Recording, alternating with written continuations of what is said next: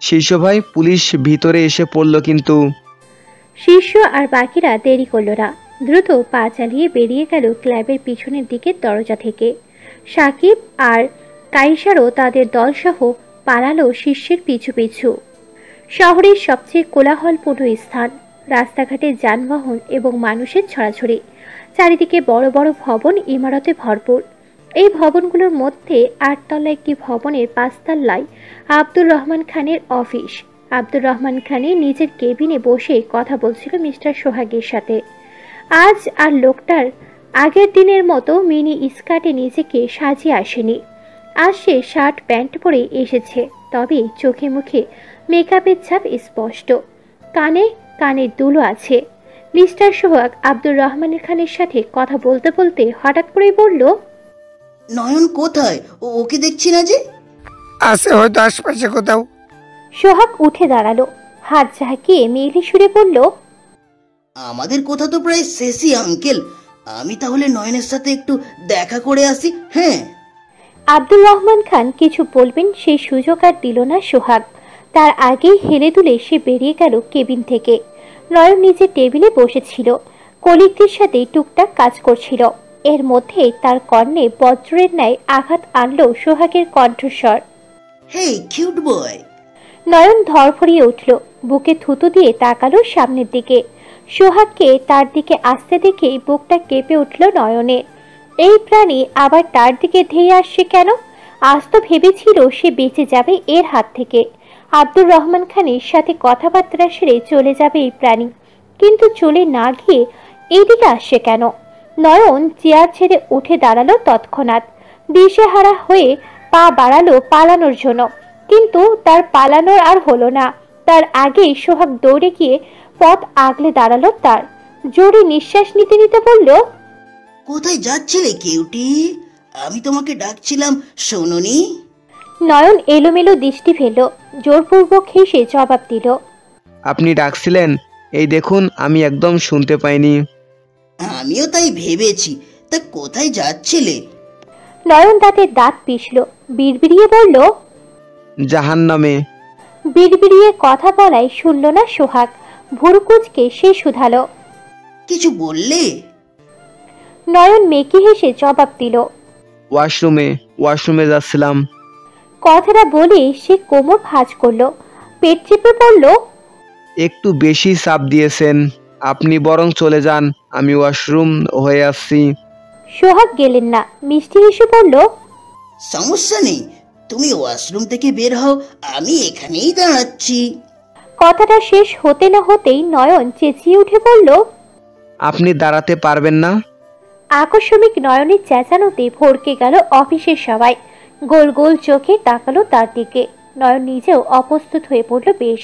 আশেপাশে সকলের দিকে নজর বুলিয়ে ফের জোরপূর্বক হেসে বলল, আসলে আমার ওয়াশরুমের সময় লাগে অনেক, ততক্ষণ আপনি দাঁড়াতে পারবেন না, পা ব্যথা হয়ে যাবে। তার থেকে বরং আপনি আজ চলে যান। সোহাগ এক পা কিঞ্চিত ভাঁজ করে আর এক পায়ের সাথে লাগালো, লাজুক স্বরে বলল, তোমার যতক্ষণ খুশি থাকো ওয়াশরুমে, আমি এখানেই দাঁড়াচ্ছি। তোমার মতো কিউট ছেলেদের জন্য অপেক্ষা করতে তো আমার ভালোই লাগে। নয়নের কান্না পেল ভীষণ। এ কার পাল্লে পড়ল সে? চীনা জোকারের মতো পিছনে পড়েছে, ছাড়াছাড়ির কোনো নামই নিচ্ছে না। কিছুটা সময় অতিবাহিত হলেও নয়নকে ওয়াশরুমে না যেতে দেখে ভুরু কুচকালো সোহাগ। কপালে ভাঁজ ফেলে শুধালো, কি হলো, ওয়াশরুমে যাবে না তুমি? হ্যাঁ, এই তো যাচ্ছি। নয়ন পেট চেপে ওয়াশরুমে ঢুকলো, দরজা আটকে দেওয়ালের সাথে কপাল ঠেকিয়ে দাঁড়ালো। এই দিনও শেষ পর্যন্ত দেখা ছিল তার। এত বছর সিঙ্গেল জীবন কাটিয়ে কোথায় ভাবলো একটা সুন্দরী মেয়ের দেখা পাবে, তা না হয়ে দেখা দিল মিস্টার সোহাগ। একে নয়ন ঠিক কি বলবে ভেবে পেল না। পুরুষ, নারী, তৃতীয় লিঙ্গ নাকি অন্য কিছু। এর চেহারা পুরুষদের মতো, গালে দাঁড়িয়েও আছে, সাজ পোশাক নারীদের মতো, আবার আচার আচরণ তৃতীয় লিঙ্গের মানুষের মতো। শেষ পর্যন্ত এই ছিল নয়নের কপালে। নয়নের ইচ্ছে হলো এক্ষুনি কপালটা ওয়াশরুমের দেওয়ালের সাথে টোকা মেরে ফাটিয়ে ফেলতে। নিজের ভাবনা অনুযায়ী সে কপালটা নিয়ে একটা টোকাও মারল দেওয়ালের সাথে। বেখেয়ালে একটু জোরে লাগলো টোকাটা। কণ্ঠে ব্যথাতুর ধ্বনি তুলে ছিটকে দূরে সরে এলো সে। কপাল চিপে বলল, টাকটা তো আসতেই দিলাম, তারপর ব্যথা পেলাম কিভাবে? কপালে হাত বোলাতে বোলাতে হঠাৎ নয়নের স্মরণে এলো শিষ্যর কথা। এই বিপদ থেকে এখন তাকে একমাত্র শিষ্যই বাঁচাতে পারে। নয়ন তড়িঘড়ি করে পকেটে থাকা মোবাইলটা বের করলো। কল লাগালো শিষ্যের নাম্বারে। 2 বার রিং হতেই কলটা ধরল শিষ্য। গম্ভীর কণ্ঠে বলল, হ্যাঁ নয়ন বল। নয়ন কাঁদো কাঁদো গলায় বলল, স্যার আমাকে বাঁচান স্যার, এই মিস্টার সোহাগ আমার ইজ্জতের দফা রফা না করে আমাকে ছাড়বে না মনে হয়। তো এখন কোথায় আছিস? মিস্টার সোহাগের ভয়ে ওয়াশরুমে লুকিয়ে আছি। তাহলে অসময়ই থাক আর বাইরে আসিস না। নয়ন চোখ ঘুরিয়ে আশেপাশে তাকালো। অসহায় কণ্ঠে বলল, এখানেও বা কতক্ষণ স্যার? ওয়াশরুমে কি আর সারাদিন বসে থাকা যায়? তার উপর ওই বজ্জাতটা আবার ওয়াশরুমের সামনেই দাঁড়িয়ে আছে, আমাকে পাহারা দিচ্ছে। শিষ্য ঠোঁট টিপে হাসল, তবে তারপর আবার কণ্ঠে গম্ভীরতা ফুটিয়ে তুলে বলল, আচ্ছা তাহলে ওয়াশরুম থেকে বেরিয়ে সোজা আমার ফ্ল্যাটে চলে আয়। ওই মিস্টার সোহাগ নামক প্রাণীটা কিছু জিজ্ঞেস করলে বলবি আমি রেখেছি। আচ্ছা স্যার। নয়ন কল কাটলো। জোরে কয়েকটা নিঃশ্বাস নিয়ে বেরিয়ে এলো ওয়াশরুম থেকে। ওকে ওয়াশরুম থেকে বের হতে দেখে মিস্টার সোহাগ এগিয়ে এলো। অস্ত্র প্রসারিত করে বলল, তোমার নাকি ওয়াশরুমে অনেক সময় লাগে, কাজ এইটুকু সময়ে কাজ শেষ? হ্যাঁ। নয়ন জিহ্বার অগ্রভাগ দ্বারা ঠোঁট ভেজালো। জোরপূর্বক হেসে বলল, আসলে শীর্ষ স্যার মেসেজ করেছিলেন, এখনই যেতে বলেছে আমাকে, তাই একটু আগাভাগেই বেরোলাম আর কি। শিষ্যর নামটা শুনে চকচক করে উঠল সোহাগের 2 চোখ। উৎফুল্ল হয়ে বলল, শীর্ষ মনে ওই হ্যান্ডসাম ছেলেটা, চলো আমিও যাবো তোমার সাথে। নয়ন পড়ল এবার মহা বিপদে। এর হাত থেকে পালানোর জন্য সে শিষ্যর কাছে যেতে চাইছে, আর এই কিনা বলছে তার সাথে যাবে। প্রথমত সে সোহাগকে নিজের সাথে নিতে একদমই ইচ্ছুক নয়, আর তারপর যদি নেয়ও তাহলে শীর্ষ নির্ঘাত তাকে খুন করবে। নয়ন খুব একটা ভাবল না, তাড়াহুড়ো করে বলল, আসলে হয়েছে কি, শীর্ষ স্যারের দাদি না অ্যাক্সিডেন্ট করেছে, তাকে নিয়ে স্যার হাসপাতালে গিয়েছেন, আর আমাকেও মেসেজ করে সে বলেছেন আপনি হাসপাতালে গিয়ে কি করবেন, আর আমরাও থাকবো রোগী নিয়ে দৌড়াদৌড়িতে, তা থেকে আপনার যেতে হবে না, আমি যাচ্ছি, ভালো থাকবেন, আসছি। কথাগুলো কোনো রকমে শেষ করে নয়ন তড়িঘড়ি করে পা বাড়ালো চলে যাওয়ার উদ্দেশ্যে। সোহাগ তাকে পিছন থেকে ডাকলো বার কয়েক। সে শুনেও না শোনার ভান ধরল। এক প্রকার দৌড়ে বেরিয়ে গেল অফিস থেকে। সোহাগ মাথা চুলকালো। হঠাৎ তার খেয়ালে এলো শিষ্য তো আব্দুর রহমান খানের ছেলে। তার দাদি অ্যাক্সিডেন্ট করার মানে তো আব্দুর রহমান খানের মায়ের অ্যাক্সিডেন্ট, কিন্তু ওই ভদ্রলোক তো এখনো অফিসে বসে রয়েছেন। তার মানে কি সে নিজের মায়ের অ্যাক্সিডেন্টের সম্পর্কে কিছু জানেন না? সোহাগের চোখ দুটো বড় বড় হয়ে উঠল। হন্তদন্ত হয়ে ছুটল আব্দুর রহমান খানের কেবিনের দিকে। কোনো রকম অনুমতি ব্যতীতই ঢুকলো সে কেবিনে। আব্দুর রহমান খান অবাক হলেন, কপাল কুঁচকে শুধালেন, তুমি হঠাৎ এভাবে? সোহাগ হন্তদন্ত হয়ে বলল, আপনার মা অ্যাক্সিডেন্ট করেছেন আঙ্কেল, তাকে নিয়ে আপনার ছেলে হাসপাতালে গিয়েছে। আব্দুর রহমান খানের কলিজাটা ছ্যাদ করে উঠল। চেয়ার ছেড়ে তৎক্ষণাৎ উঠে দাঁড়ালেন তিনি। তবে সামনের দিকে পা বাড়ানোর পূর্বেই তার স্মরণে এলো তার মাই তো নেই, অনেক বছর পূর্বেই তিনি মারা গেছেন। এই ছেলের হঠাৎ এমন একটা কথায় সে তো ভুলেই বসেছিল তার মায়ের মৃত্যুর কথা। তাছাড়া এখন বয়স হয়েছে, অনেক কথাই মনে থাকে না। তপ্ত নিঃশ্বাস ফেললেন আব্দুর রহমান খান। ঘাড় ঘুরিয়ে তাকালেন সোহাগের দিকে। ভুরু কুঁচকে বললেন, কিন্তু আমার মাও তো 8 বছর আগে মারা গিয়েছেন। সোহাগ চমকালো, চোখ বড় বড় করে শুধালো, তাহলে অ্যাক্সিডেন্টটা করলো কেন দাদি? মূল শহরের তুলনায় এখানে কোলাহলটা একটু কম। জনমানব এবং যানবাহনের অস্তিত্ব এখানেও রয়েছে, তবে মূল শহরের মতো নয়। আব্দুর রহমান খান পরিবার নিয়ে মূল শহরে বসবাস করলেও শহরের বাইরে একটি বাড়ি করেছেন। 5 তলা ভবন বিশিষ্ট বাড়িটির 3য় তলা বাদ দিয়ে বাকিগুলো ভাড়া দেওয়া। শিষ্য যখন কোনো অঘটন ঘটায় তখন এসে ওঠে এই 3য় তলার ফ্ল্যাটে। এই যেমন আজ মারামারি করে ঠোঁট কেটেছে, কপাল ফুলিয়েছে, শরীরেও কিছু অংশ কেটেছে। এসব নিয়ে বাড়িতে গেলে ফাহমিদা বেগম নির্ঘাত কেঁদে কেটে অস্থির হয়ে উঠবেন। তাই বন্ধু বান্ধব নিয়ে এসে উঠেছে শহরের বাহিরের এই ফ্ল্যাটে। রবি এবং আলবি মেঝেতে বসে বসে সিগারেট টানছে আর ধোঁয়াগুলো উড়িয়ে দিচ্ছে চারিদিকে। শিষ্য কপাল কুঁচকালো, বিরক্তি নিয়ে বলল, তোদের এই সিগারেট টানা ছাড়া আর কোনো কাজ নেই নাকি? রবি মুখ চোখা করে সিগারেটে আর এক টান বসালো, ধোঁয়াগুলো উড়িয়ে দিতে দিতে বলল, না আপাতত নেই, তা তুইও দিবি নাকি একটা টান দিয়ে দেখ। রবি সিগারেটটা এগিয়ে দিল শিষ্যর দিকে। শিষ্য সিগারেটটা হাতে নিল, মুখে নিয়ে এক টান দিতে ঠোঁটের ব্যথায় মুখ কুঁচকে এলো। আর এক টান দিবে এর মধ্যে ফ্ল্যাটের কলিং বেলটা বেজে উঠল। শিষ্য সিগারেটের টান দিতে দিতে বলল, ওই মনে হয় নয়ন চলে এসেছে, দরজাটা খুলে দিয়ে যা। রবি উঠে গিয়ে খুলল দরজাটার। নয়ন হন্তদন্ত হয়ে ভিতরে প্রবেশ করলো। এতক্ষণে যেন সে একটু স্বস্তি পেল। নয়ন তো রাস্তায় আস্তে আস্তেও বারবার মনে হয়েছে ওই বুঝি সোহাগ তার পিছু নিয়েছে। নয়ন গিয়ে বসলো আলভির পাশে। শার্টের উপরের একটা বোতাম খুলতে খুলতে বলল, ভাই আমাকেও একটা সিগারেট দিন তো। আলভি কপাল কুঁচকালো, নয়নের দিকে তাকিয়ে শুধালো, তুই আবার সিগারেট খাওয়া ধরলি কবে থেকে? তুই না ভদ্র ছেলে? নয়ন হতাশ কণ্ঠে বলল, আর ভদ্র ছেলে? যেদিন থেকে মিস্টার সোহাগের পাল্লায় পড়েছি সেদিন থেকে কপালে শনি সরে গেছে। ওই ব্যাটার সাথে থাকার চেয়ে বিড়ি টেনে নিজের ফুসফুসে পিন্ডি চটকানো অনেক ভালো। শীর্ষ সিগারেট টানতে টানতে হঠাৎ স্মরণে এলো ত্রয়ীর কথা। মেয়েটাকে সে যে রিস্কায় উঠিয়ে দিয়ে এলো, তারপর তো তার খোঁজ নেওয়া হয়নি। মেয়েটা ঠিকঠাক ভাবে বাড়িতে পৌঁছেছে তো? পরক্ষণে আবার ভাবলো পৌঁছালে পৌঁছাক, না পৌঁছালে গোল্লাই যাক, তাদের তার কি। কিন্তু মন কি আর সে কথা মানে? মেয়েটার কথা মনে আসতেই তার জন্য চিন্তা হতে শুরু করলো শিষ্যর। কল করবে না করেও বাড়ির লাইনে কল করলো। ত্রয়ীর তো আর মোবাইল নেই যে সেখানে কল করবে। স্বল্প সময়ের ব্যবধানে কলটা ধরলেন ফাহমিদা বেগম। নম্র কণ্ঠে বললেন, হ্যালো, আসসালামু আলাইকুম, কে বলছেন? ওয়ালাইকুম আসসালাম মা, আমি শীর্ষ।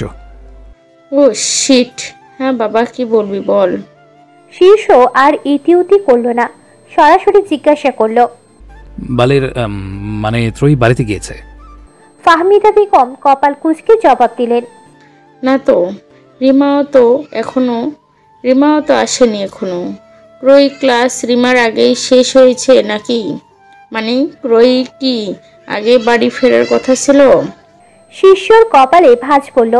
ত্রয়ীকে তো সে কখন রিস্কায় তুলে দিয়ে এসেছে।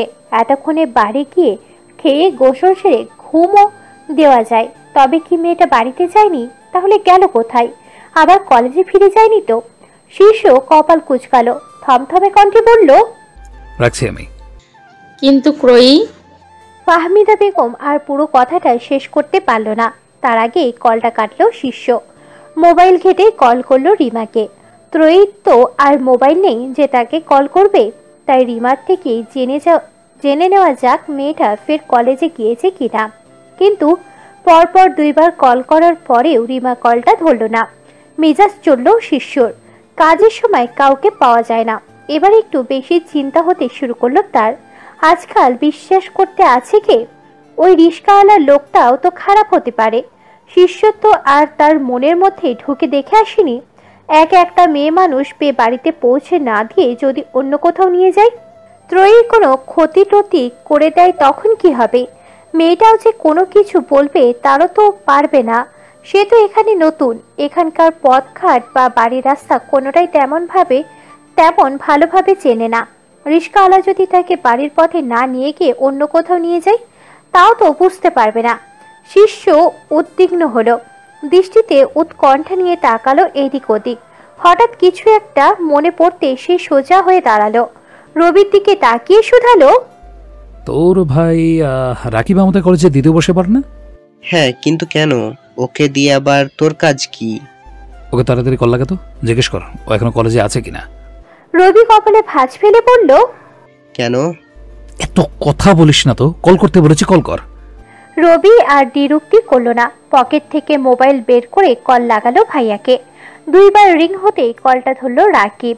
রবি আর ইতিউতি করলো না, সরাসরি প্রশ্ন করলো। কলেজে তুই?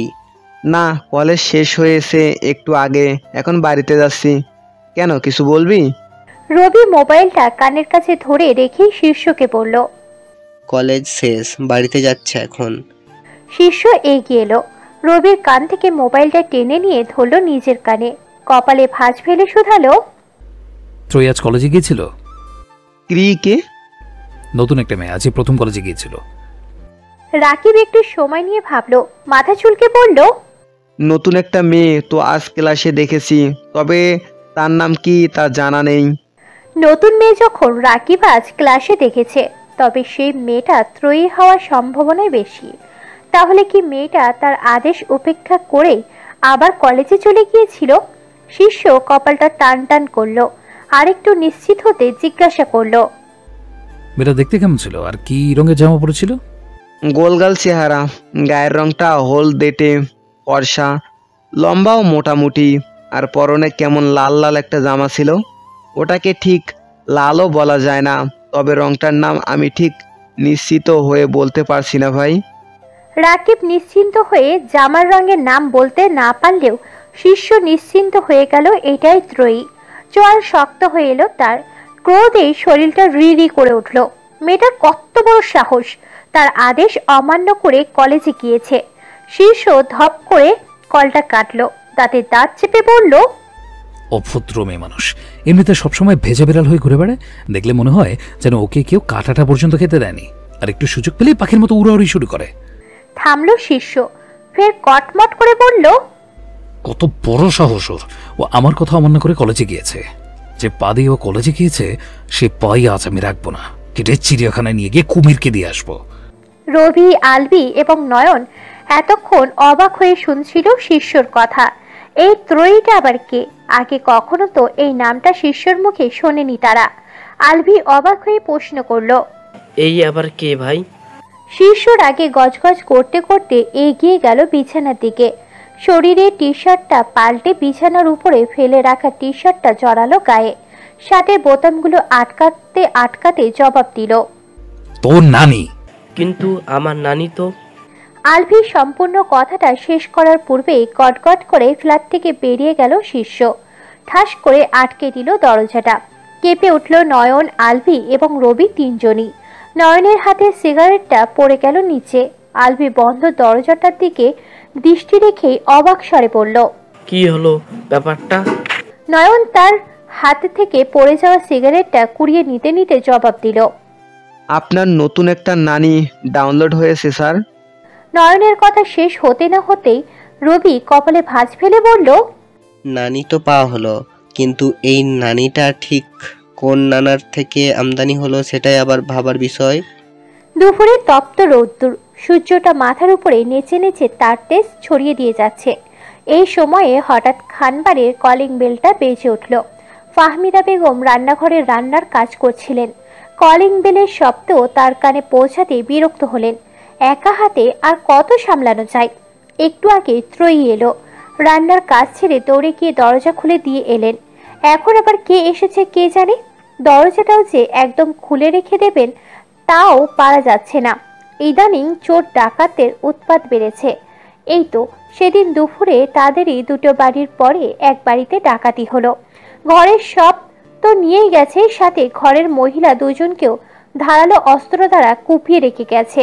সে কথা ভাবতেই শরীর শিউরে উঠল ফাহমিদা বেগমের।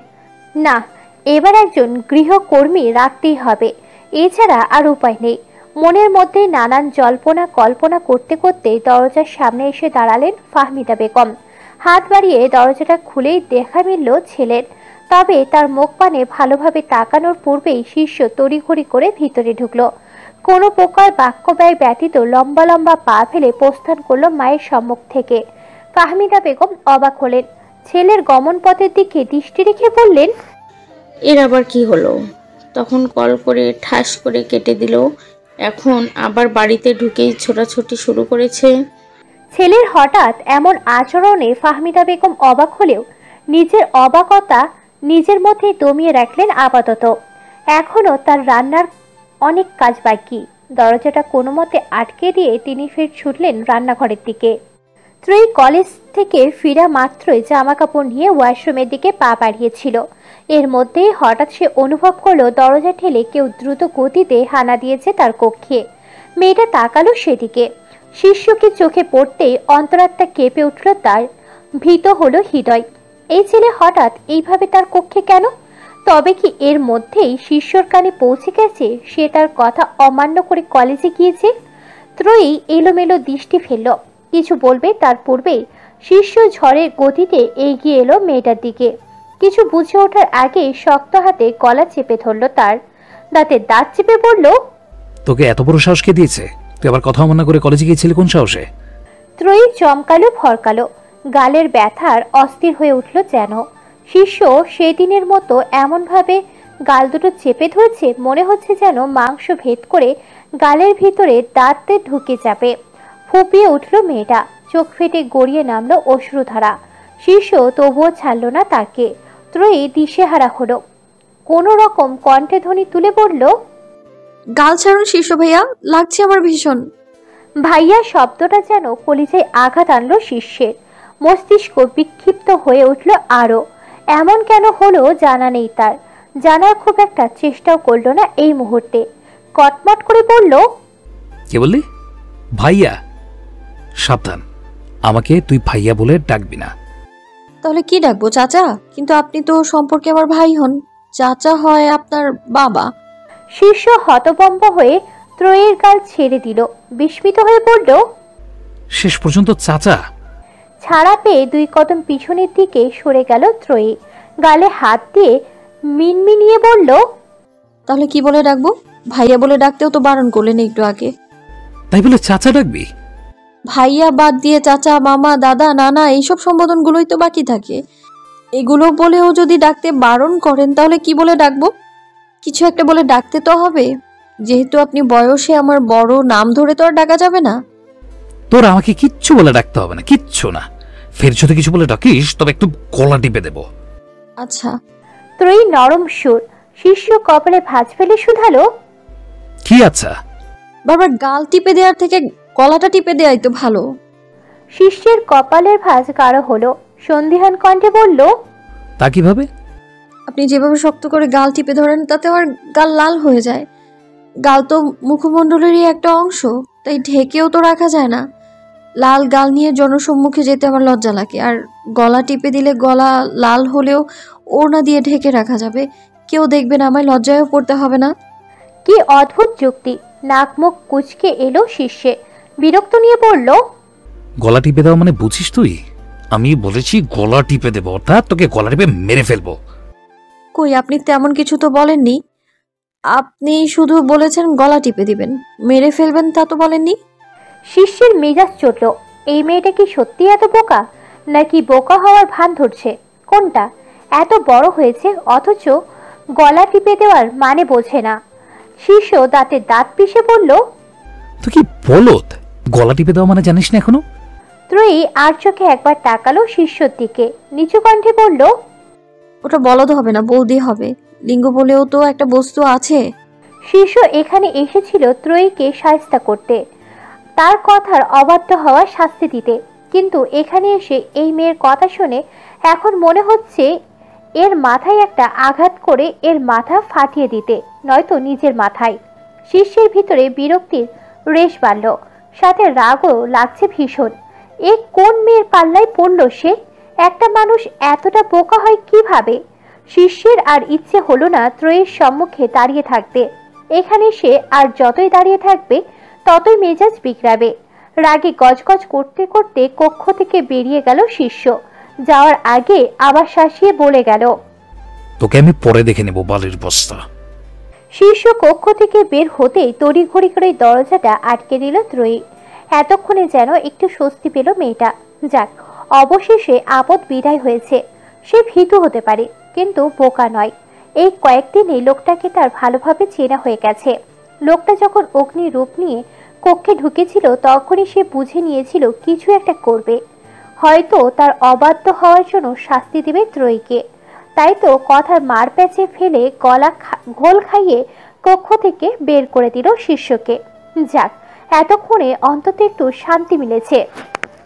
শিষ্য চিত্তপটে নিগুড় বিষণ্ণতা নিয়ে প্রবেশ করলো নিজ কক্ষে। বিকট ধ্বনি তুলে আটকে দিল কক্ষের দ্বার।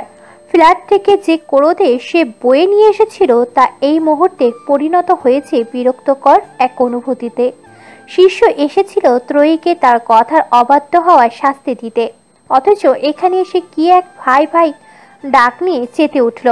সম্পর্কে হিসেব নিকেশ যদি বসা হয় তবে শিষ্য তো ত্রয়ীর ভাই হয়, তাহলে সেই ডাক নিয়ে এত প্রতিক্রিয়া কি আছে?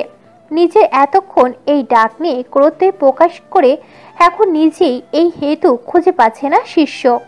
চারিদিকে চঞ্চল কোলাহল, ছোট বড় গাড়িগুলোর প্যাপ ও হর্নের ধ্বনি কানে এসে লাগছে নির্বিঘ্নে। রিমা বসে রয়েছে কলেজের ক্যাম্পাসে, বন্ধু বান্ধবীদের নিয়ে আড্ডা দিচ্ছে। তার ক্লাস আরো কিছুক্ষণ পূর্বেই শেষ হলেও বাড়িতে ফেরেনি এখনো। বান্ধবীদের সাথে আড্ডার মধ্যেই রিমা খেয়াল করলো শাহেদ আসছে। এতক্ষণ এই লোকটির জন্যই তো তার অপেক্ষা। লোকটিকে প্রথম যেদিন এই কলেজে সে দেখেছিল সেদিনই মন দিয়ে বসেছিল। তারপর একটু খোঁজ খবর নিতে গিয়ে জানতে পারলো শাহেদ এই কলেজের প্রাক্তন ছাত্র এবং তার ভাইয়ের সাথেই পড়েছে। রিমা উঠে দাঁড়ালো, চঞ্চল পায়ে গিয়ে মুখোমুখি হলো শাহেদের। নম্র স্বরে বলল, আসসালামু আলাইকুম স্যার, কেমন আছেন? শাহেদ চোখ তুলে দেখে নিল রিমাকে, সৌজন্য হেসে জবাব দিল, আলহামদুলিল্লাহ ভালো, তুমি? জি আলহামদুলিল্লাহ স্যার, আমিও ভালো। তা বাড়িতে যাচ্ছিলেন বুঝি? হ্যাঁ, কেন, কিছু বলবে তুমি? রিমা ইতস্তত করলো, হাত তুলে ললাটে এলোমেলো ভাবে স্থান নেওয়া কাটা চুলগুলোকে কানের গোড়ায় গুঁজে দিয়ে বলল, না মানে তেমন কিছু না। শাহেদ হাত উঁচিয়ে হাত ঘড়িটার দিকে নজর বোলালো একবার, তাড়া দিয়ে বলল, আচ্ছা, কিছু না বলার থাকলে আসছি আমি, আমার একটু তাড়া আছে। হ্যাঁ কিন্তু স্যার। শাহেদ আর দাঁড়ালো না, রিমার কথাও কানে নিল না বোধহয়। লম্বা লম্বা পায়ে প্রস্থান ঘটালো নিজের। প্রকৃতি তার উজ্জ্বলতাকে বিদায় জানিয়ে ধীরে ধীরে পা বাড়াচ্ছে আধারের গহ্বরে। মৃদু শীতল বাতাস বইছে চারিধারে। ব্যস্ত শহরের আনাচে কানাচে তত্তরিয়ে প্রজ্বলতি হচ্ছে অসংখ্য সোডিয়ামের আলো। প্রতিদিন এই সন্ধ্যার সময় খানবাড়ির বসার কক্ষে চায়ের আসর বসে। আজও তার ব্যতিক্রম ঘটেনি।